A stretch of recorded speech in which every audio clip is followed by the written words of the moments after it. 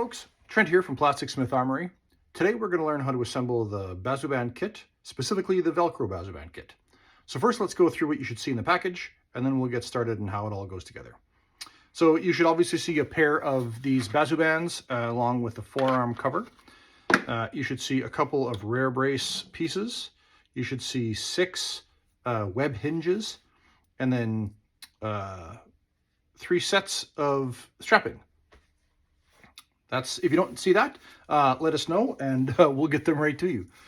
To get going, you're going to need some kind of way to fasten these things onto the pieces. I find that these copper rivets are the sort of the easiest way to go with that.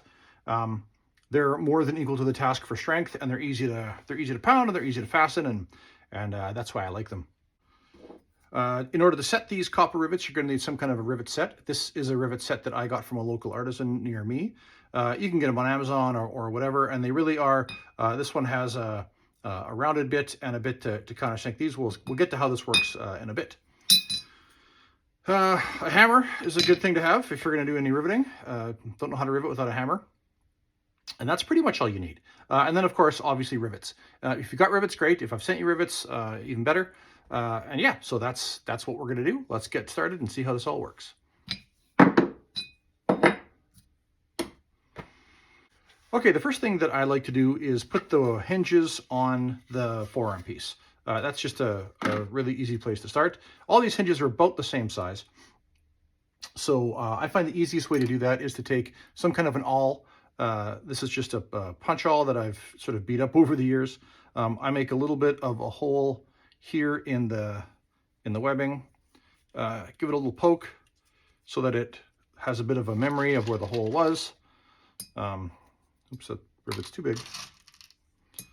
Get a little rivet and poke it through, and that's really all I do. So we'll do that with all of these so that they're all ready to go.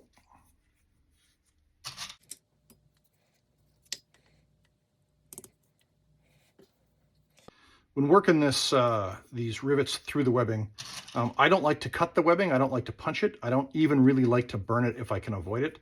Some folks like to poke a soldering iron or something through there to burn a hole in there. I don't like. I like to just work it through the weave. I find that has the most strength. As the weave sort of goes back to where it likes to be, it kind of locks that rivet in there, and that just seems to be a better way to go to me. Your actual mileage may vary, but this is the way I like to do things.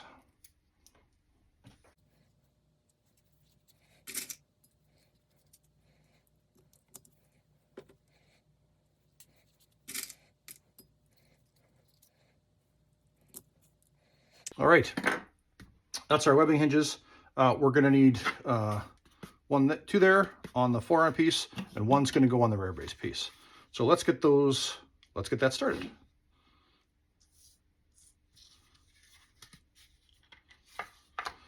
If you're using copper rivets, they take a rivet and a burr, or a washer, but for some reason they're called a burr. And I like to use the rounded bit to set this rivet.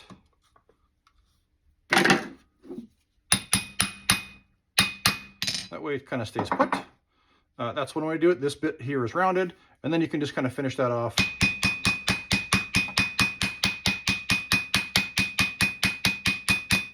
Easy enough. The other way of doing that, if your rivets are maybe a little bit long and you need to cut them off, then what you're going to want to do is use the deep hole in this rivet set, pound it all the way to the bottom. So now that the rivet is set, but it's not rounded, and then you take a pair of clippers and cut that off. But these rivets are the appropriate size, so they can just be pounded down.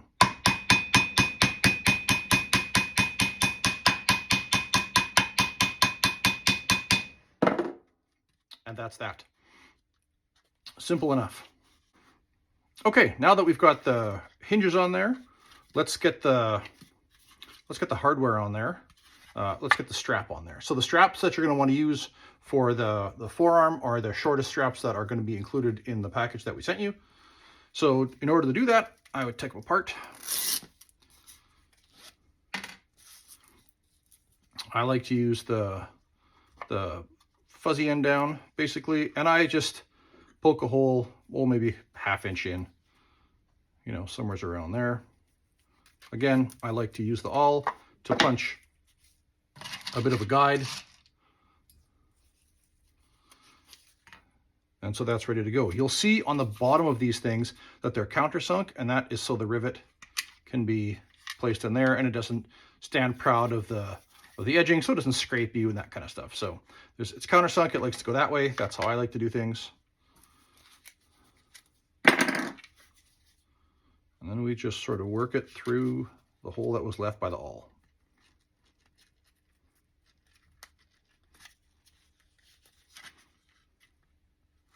Sometimes it catches, that's okay. Just keep going, it'll go. It's important to not put it on the hinge side. You want to put it on the non-hinge side. And now it's ready for setting.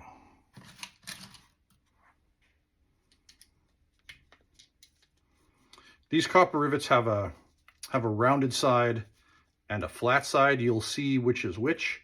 The rounded side I like to put up just because it looks a little better and it's a little kinder to, you know, it's not a sharp edge. All right, that's set. Nice and square to the edge. We can finish that off.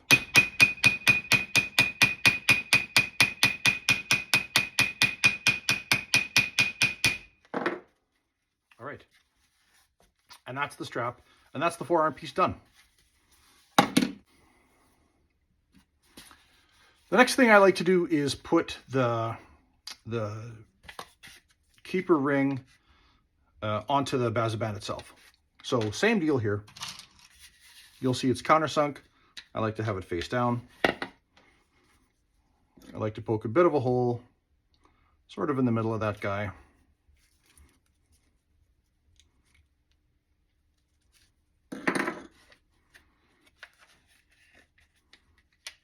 And then work it through. You'll see these are double layered, just because it's just adds a little bit of extra strength. You can go through both layers. It's not that big a deal. And again, it's all about just working that rivet through the hole. If you burnt holes in, it would be probably a little bit easier, but I find that leaves a bit of a ring around it, and it's just not as easy to work with. So I like doing it this way.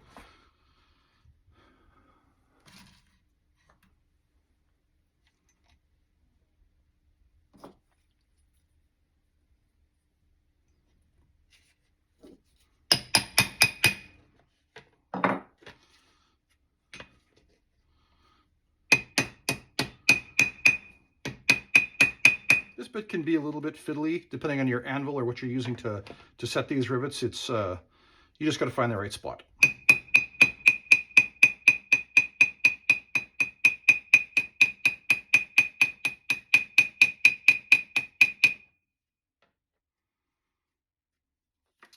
And occasionally, if you're really on the tippy edge of this anvil here, this will not quite go as straight as you'd like. If that ever happens, I just set it on here, tap it around the sides a bit, just to get that to lay down. And then everything is nice and smooth, ready for action. All right, next up, let's get the straps on. All right, in order to do the straps across the forearm here, you're gonna use the second longest or the middle-sized strap. The way that this, whether you want to put the ring side on the same side as this ring here, or you want to put it over here, is largely personal preference. I like to put it on the opposite side. I find that works just a little bit better. So no real magic here. Poke your hole, set your rivet.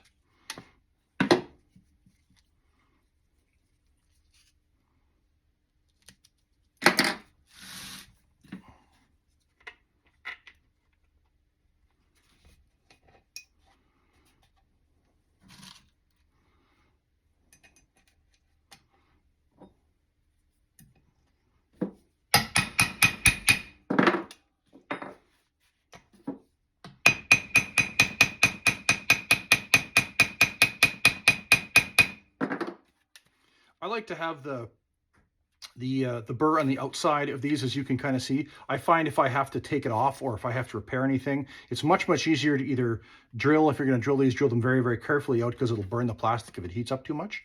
Sometimes I like to file them off, but all of that's much easier if I'm working from the outside in rather than from the inside out. If there's a piece here and I'm having to work around it, it's just much easier if I have to work this piece, and I think it's just the best way to go.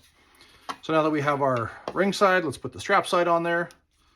Same deal, make sure the strap side, you don't put the Velcro to the inside, the Velcro goes to the outside so that it can go around the strap and then over on itself. So that's how it needs to go on, with the rivet going right through there.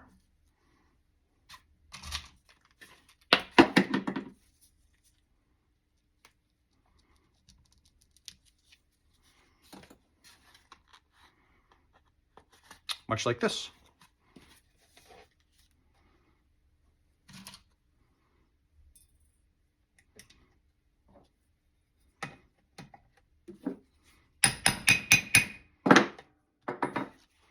If you've got a rivet set like this, you can leave these rivets a little bit rounded out. That's fine. I like to pound them flat just for comfort.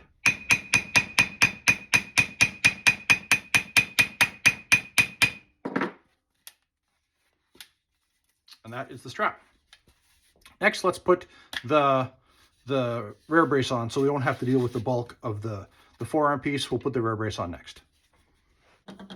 For the rear brace piece, I like to put them on a very specific way. I also like to make sure that they match they're sort of set to the same curve as I send them. So I want to make sure that they match up, just because they look a little better if they're the right ones. This one looks like it matches pretty well. Let's use that. So the first piece on the rear brace, I think, goes on the inside. I think this is the best way to go. You can put them together how you like.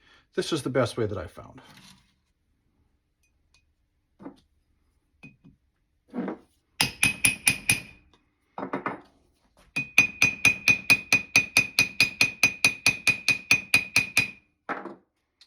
The next piece for the rear brace I find is the strap. The straps for the rear brace are the longest straps.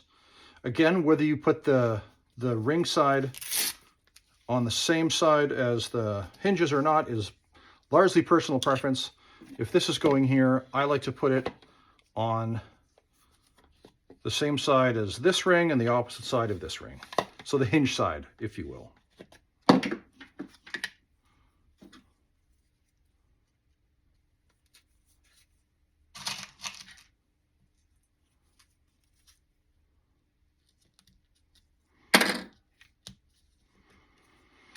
I like to put these on the outside. Mostly that's personal preference, and I like to have them at a bit of an angle up. I find that's best.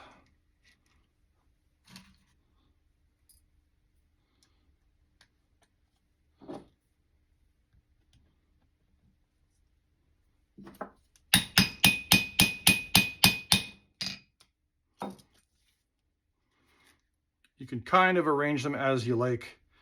Once they tighten down, they get much harder to arrange. So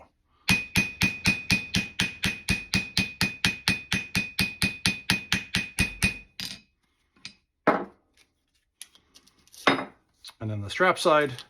So this is going to go around your arm. Your arm will sit like this, and this will go around. So you want to make sure that you can go back into the D-ring, or the ring side, back on itself. So that strap goes like such.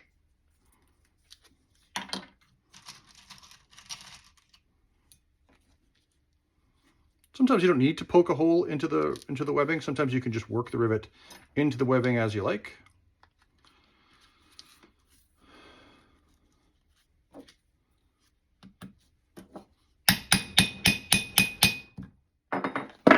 Again, I like to angle them up just a little bit.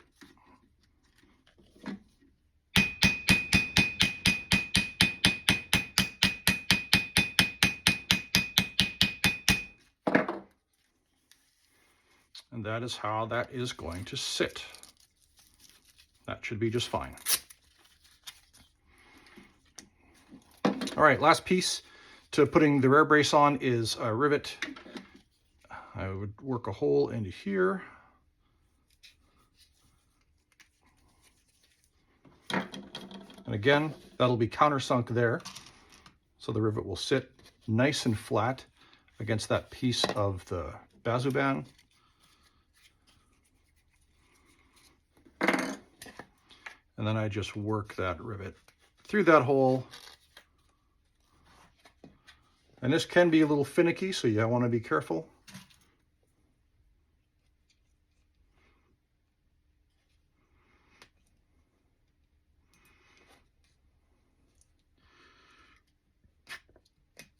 These hinges have thicker straps than they use a thicker webbing than this stuff. So you pretty much have to poke a hole into it. For this one, I like to set it so that then I can then adjust it. And the reason I like it sort of this way is it gives the most sort of flexibility. And then when shots come in this way, that webbing is keeping it proud off of the elbow, and I think that's just a better way to go. So now that I like how that all looks, I set the rivet.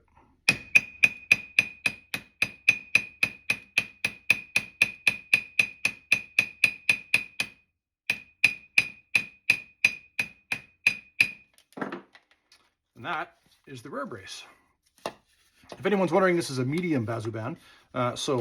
When I go to put it on, you can see how much smaller it is on me. It barely fits my arm without any padding whatsoever. So obviously I would need an extra large is kind of for my size, but these are mediums because they're what I had on hand when I wanted to make this video.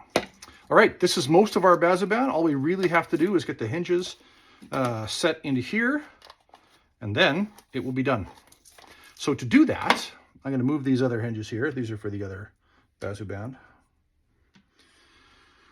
To set the hinges in final place, I like to line everything up, grab my awl, and just kind of mark the hole.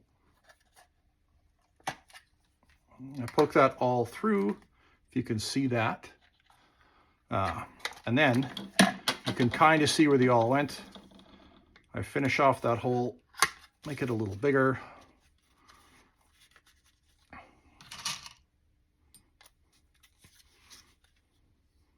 Set the rivet in like such, and then it's nice and lined up.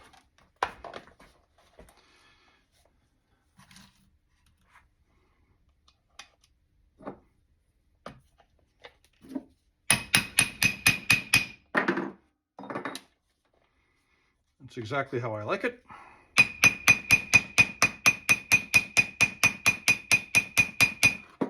And that's that. Last piece, same thing. Line the hole, mark your hole, fold it back, make that hole just a little bit bigger so that it easily accepts the rivet.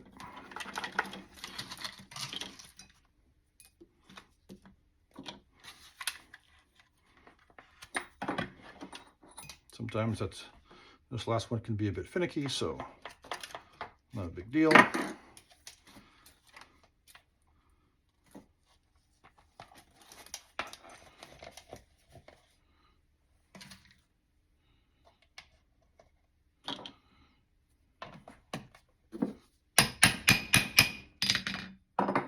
And with this last rivet,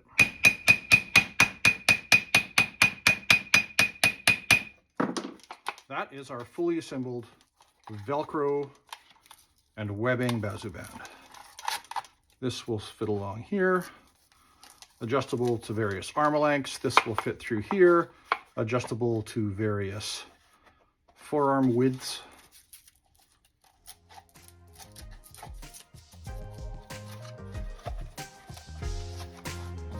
If you have any problems, let me know. Otherwise, enjoy.